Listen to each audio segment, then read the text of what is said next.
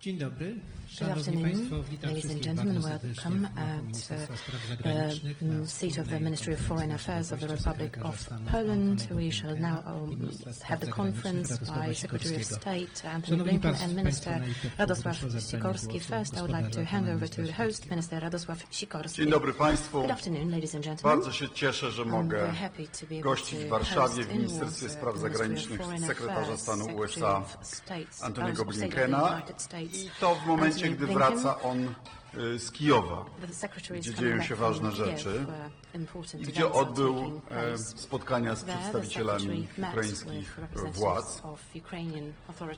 To najpilniejsza, najważniejsza kwestia w naszych stosunkach dwustronnych. Relacje Polska-Stany Zjednoczone są na najwyższym poziomie intensywności w historii. Tegoroczna dynamika jest imponująca, łączą nas wspólne wartości, interesy i podobne postrzeganie zagrożeń. Wierzę, że nasza współpraca na rzecz wspierania Kijowa będzie kontynuowana do końca tej administracji i przez następną administrację i że przyczyni się do jak najszybszego zakończenia rosyjskiej agresji z uwzględnieniem racji zaatakowanej Ukrainy. Zapewnienie bezpieczeństwa Ukrainie, a więc strategicznemu przedpolu całego Sojuszu Północnoatlantyckiego pozostaje naszym wspólnym priorytetem i będziemy kontynuowali te wysiłki. Polska pozostaje zwolennikiem zwiększania presji na reżim rosyjski w celu zmuszenia go do zakończenia wojny przeciwko Ukrainie. Od początku staliśmy w awangardzie wysiłków na rzecz pomocy wojskowej i nie tylko.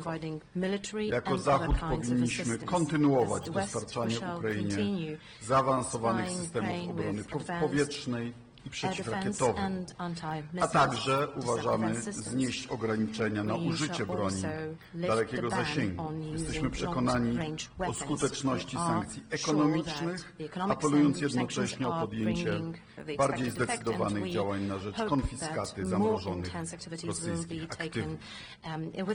O ile wsparcie dla Ukrainy pozostaje jedną z najistotniejszych kwestii w naszych relacjach, o tyle współpraca z Waszyngtonem oczywiście wykracza daleko poza te ramy. Jesteśmy dla siebie kluczowymi partnerami w dziedzinie bezpieczeństwa. Amerykańska obecność wojskowa w naszym kraju, o co zabiegały kolejne rządy, w tym w części o charakterze stałym, istotnie przyczynia się do wzrostu polskiego bezpieczeństwa. Modernizujemy nasze siły zbrojne, także dzięki zakupom w Stanach Zjednoczonych, samoloty F-16, F-35, ostatnio śmigłowce Apache, czołgi Abrams, systemy HIMARS i Patriot. Obok zacieśniającej się współpracy politycznej z Polską, USA stają się coraz istotniejszym partnerem Polski również w innych dziedzinach. Mamy rozkwit relacji gospodarczych, w tym współpracy energetycznej, wymiany handlowej oraz technologicznej. Chciałbym jeszcze raz podziękować Tony'emu Blinkowi za dzisiejsze spotkanie, możliwość omówienia najważniejszych kwestii. Dialog będziemy kontynuować w Nowym Jorku na marginesie Zgromadzenia Ogólnego Narodów Zjednoczonych. Szanowni Państwo, a teraz Ladies and poproszę gentlemen, now let pana me hand over sekretarza to Secretary Blinken. Well, thank you very, very much. And let me just say at the outset to my friend Radek, thank you for being such a great partner for the United States, but thank you especially for being such a long-time and staunch defender of democracy, wherever it's threatened, wherever it's challenged. We could not be more grateful for that. And also, if you'll allow me a point of personal privilege, I'm especially pleased as well to be here with my friend, Ambassador Mark Brzezinski. The Brzezinski family has now for 2 generations contributed in remarkable ways to our foreign policy, to our national discourse, and having Mark here at this time could not be more important and more beneficial to both of our countries. As Radek said, I'm here from Ukraine. was there, as you know, with Foreign Secretary Lamy. We had a very good visit. We went to Kiev to underscore our united and unwavering support for Ukraine faced with the ongoing Russian aggression. United States, United Kingdom, but also united with so many other countries who've come together in support of Ukraine. All committed not just to helping Ukraine ward off the aggression, but committed to Ukraine's long-term success. Its success as a country that stands strongly on its own 2 feet, militarily, economically, democratically. And in our conversations in Kyiv, we talked about our shared strategy to get there. What we learn from our Ukrainian partners will inform discussions that we'll be having with other allies and other partners in the days and weeks ahead as we work through and think through the coming months.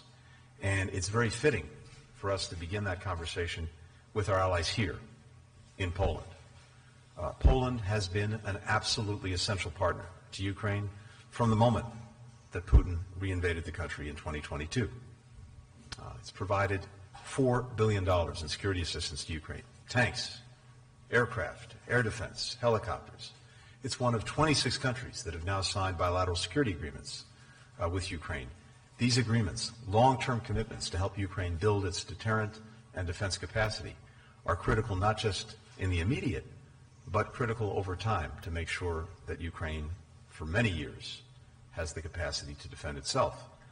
And of course, it's been working alongside other NATO allies to help train the Ukrainians, including here in Poland. And it's going to host the NATO-Ukraine Joint Analysis Training and Education Center so that the alliance can draw on lessons learned from the war.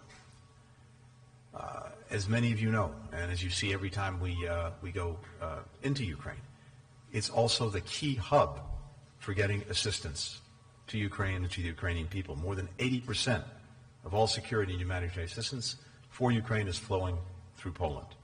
And of course, Poland continues to host some 1 million Ukrainian refugees. This is a remarkable display of generosity and solidarity in a time when it's most needed. These joint efforts to support Ukraine, to help it defend against the Russian aggression, are a critical facet of our relationship, but only one facet of the relationship in our security cooperation, which, in my judgment, has never been stronger. Poland is spending over 4% of GDP on defense. This is really the gold standard among NATO countries. And we saw at the NATO summit just a few months ago the extraordinary progress the alliance has made in countries stepping up and dedicating the necessary resources to defense. In 2020, 9 NATO allies were meeting the 2% threshold. Now it's 23, but Poland has really been leading the way. And of course, it hosts thousands of U.S. and allied forces. We have also a remarkable relationship when it comes to financing the necessary expenditures on defense. There are now some $11 billion worth of loans through our foreign military financing program that we've dedicated to Poland to help it modernize its forces, including with F-35 aircraft, with the largest fleet of Apache helicopters outside the United States, and the co-production of Patriot missile defense systems. These investments are good for Poland's security, they're good for NATO's capabilities, they're good for the United States, for our security, for our industry, and for our jobs. I also want to underscore the very important collaboration we have when it comes to energy security. Since February of 22, Poland has made very important strides when it comes to increasing its own energy security. We see this in the context of extraordinary strides across Europe, moving away from dependence on Russian energy and developing different sources and self-sufficiency. Foreign Minister and I discussed ways that the United States can further support Poland's transition away from Russian energy by facilitating the production of safe, clean, and reliable nuclear energy.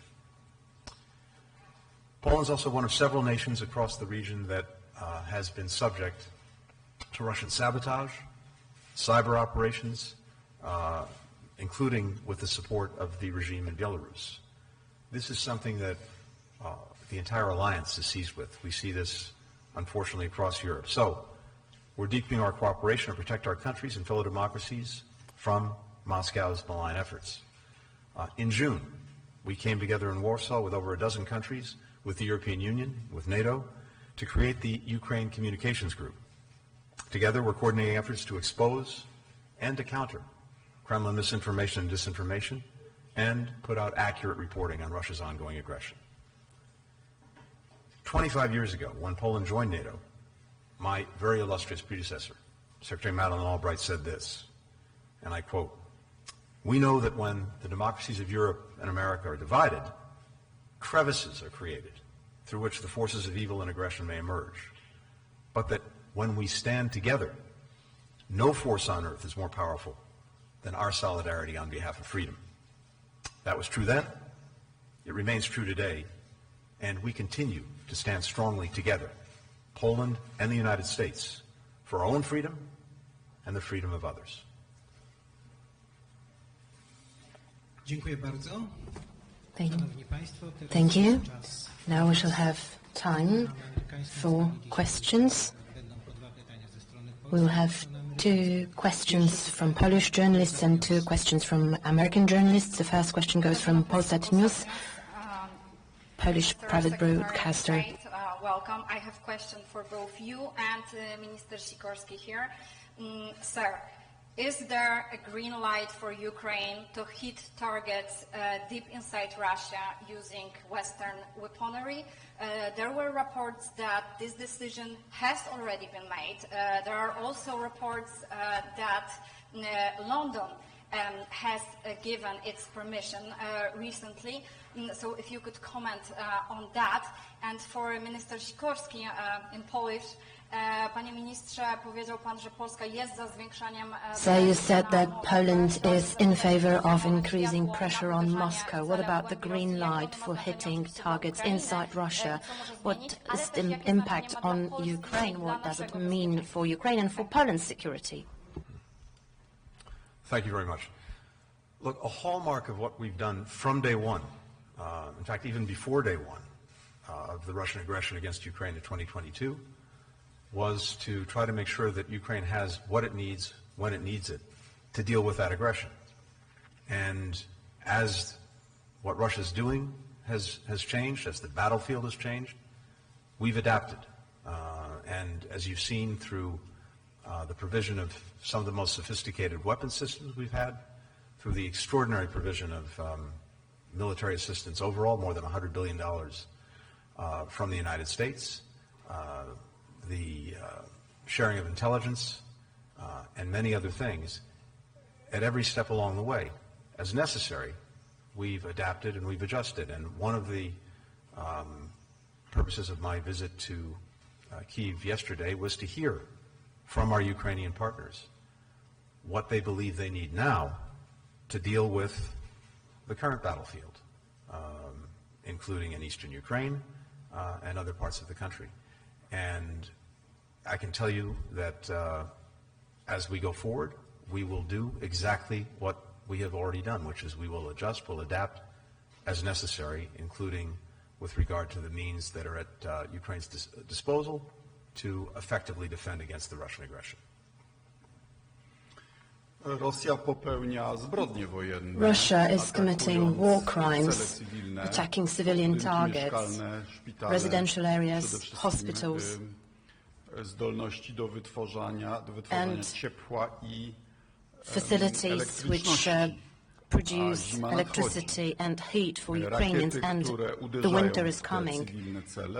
Missiles that hit civilian targets are shot from bombers that start from airfields in Russia. The victim of aggression has the right to defend itself, has the right to combat all means of air strikes that hit against it.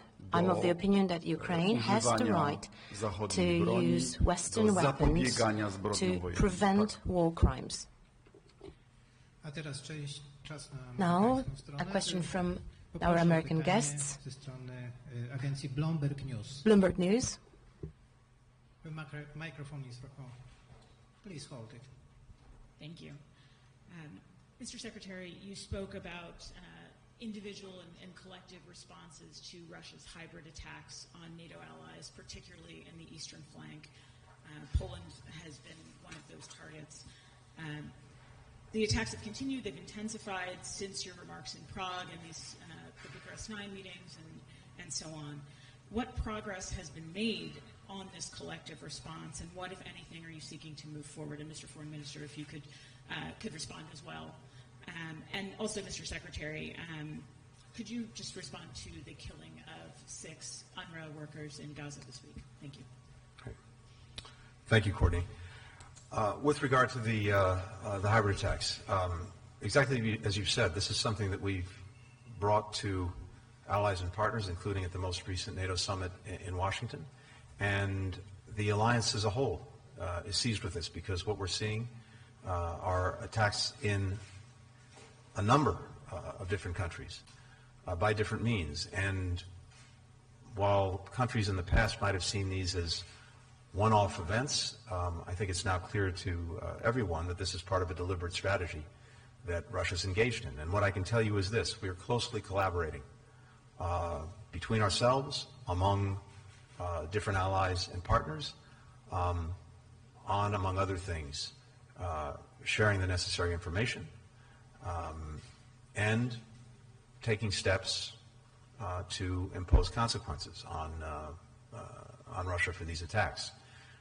You see that, among other ways, in not only the extraordinary sanctions that have been imposed on Russia, but further efforts to, as necessary, increase those, strengthen those, and make sure that they're imposing a consequence. I think it's critical, though, that there's a recognition, and I know that's felt acutely here in Poland, that the alliance that we're both part of, and that so many countries in Europe are a part of, is also the most important guarantor of the safety and security of Europeans and Americans. And so, as an alliance, we're also looking at what's happening, and we'll draw the necessary conclusions from that, and as appropriate consequences.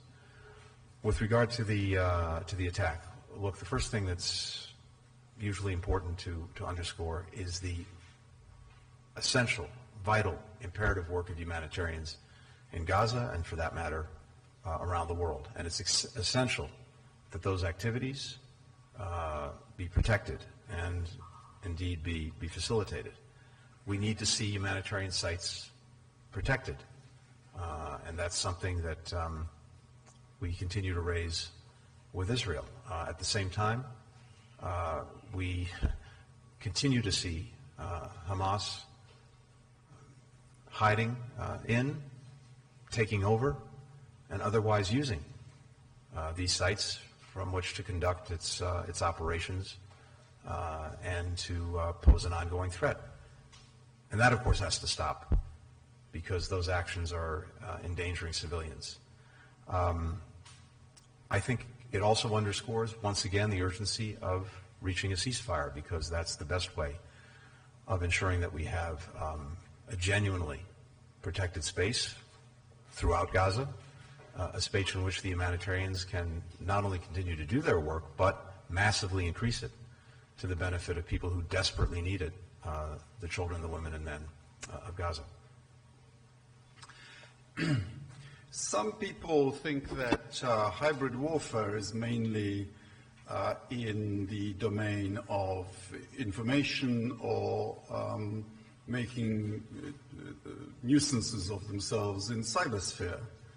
But I'd like to you to focus on the fact that hybrid warfare has its kinetic elements.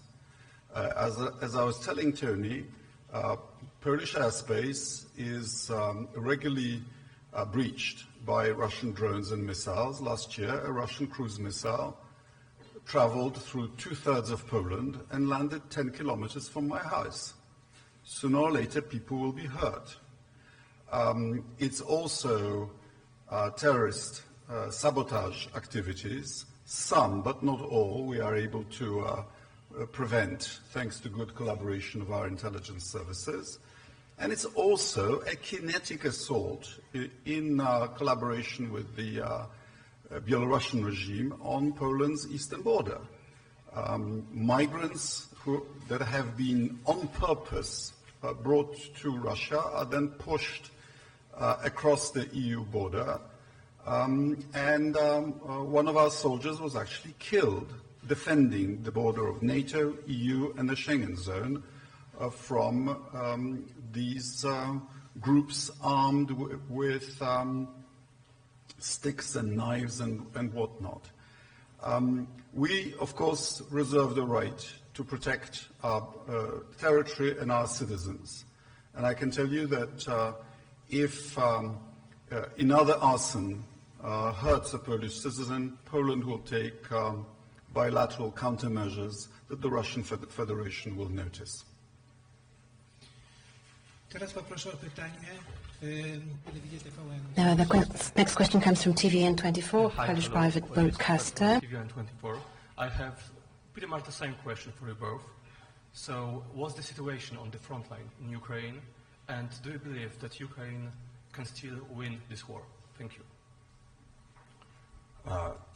Can Ukraine still win? Yes. In fact, we're determined to see Ukraine win this war. And look,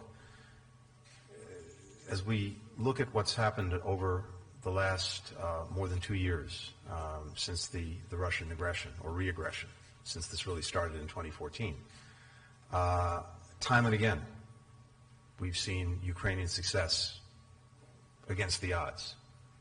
Kyiv, Kharkiv, Kherson, the pushing back of the Russian fleet from the Black Sea, even though Ukraine has no fleet of its own. What's happening now in Kursk? Time and again, the Ukrainian people, supported by an extraordinary coalition of more than 50 countries, have demonstrated that they have the will and, if we sustain it, and we will, the capacity to succeed. So I have no doubt about that.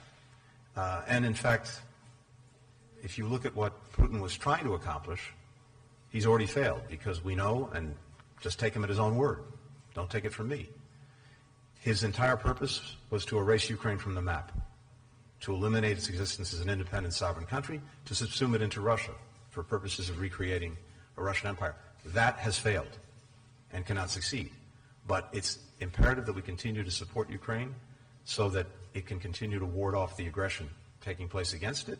And as I said earlier, not just that, but continue to build a strong, independent country, increasingly integrated with the institutions of the Euro-Atlantic community, including the European Union and NATO, able to stand on its own feet, militarily, economically, democratically. That's the trajectory it's on. That is success for Ukraine, and that is the most powerful rebuke to everything that Putin has been trying to do. I agree with Tony's every word.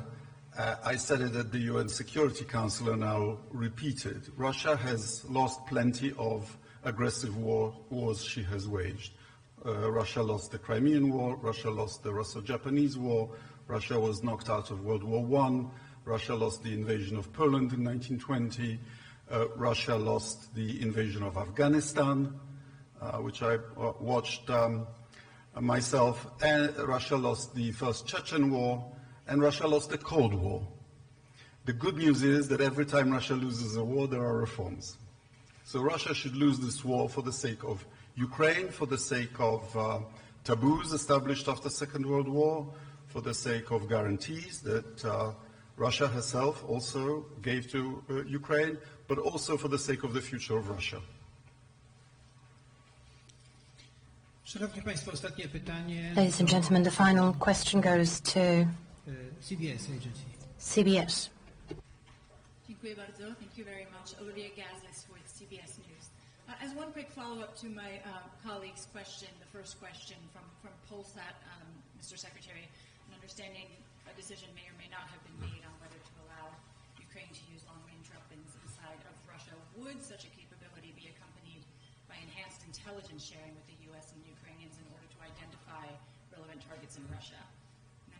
question for you, Mr. Secretary, is that the Polish government and Minister Sikorski in particular have been calling for Poland's ability to shoot down missiles over Ukraine heading towards Poland, not only to aid Ukraine's air defenses in the west, but also to assert Poland's ability to self-defend. So especially given your own observations this week about the delivery of Iranian ballistic missiles now enhancing Russia's capability and flexibility in striking more deeply into Ukraine, do you oppose this Polish proposal, and if so, why? Panie ministrze, zachęcam pana też o komentarze na to drugie pytanie i mam drugie, zapytam go po angielsku. Ukraine has threatened to sever relations with Iran upon these revelations again that ballistic missiles have been delivered to Russia for use in Ukraine. Would Poland consider also taking such a diplomatic step, or if not, what other costs are you willing to impose on the Iranian regime? Thank you.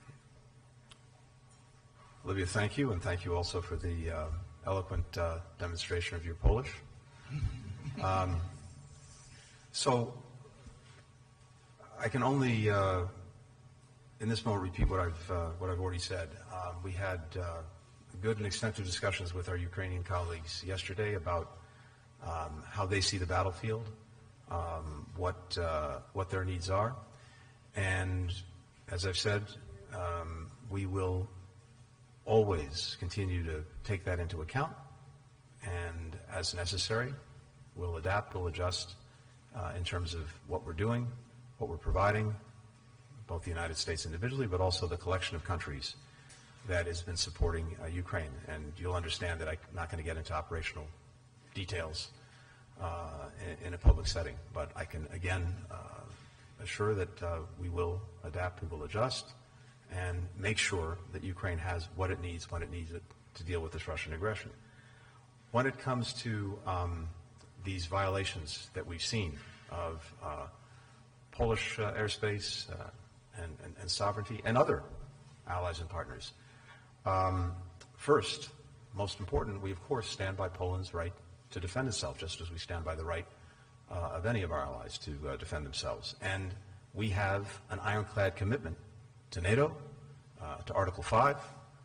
President Biden, when he was here in Poland, said that the United States is committed to defending every square inch of NATO territory, whether that's in Poland or among any other allies.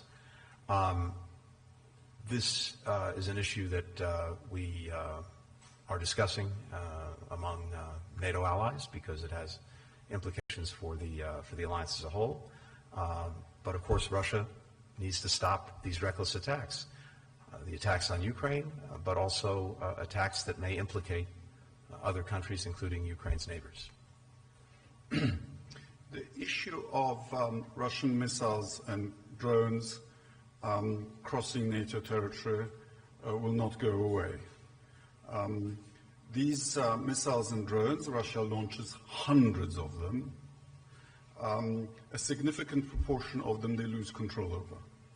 We've just had a drone land in Latvia. We've had incidents with Romania. And there are reports of the Belarusians shooting down drones before they cross into NATO territory.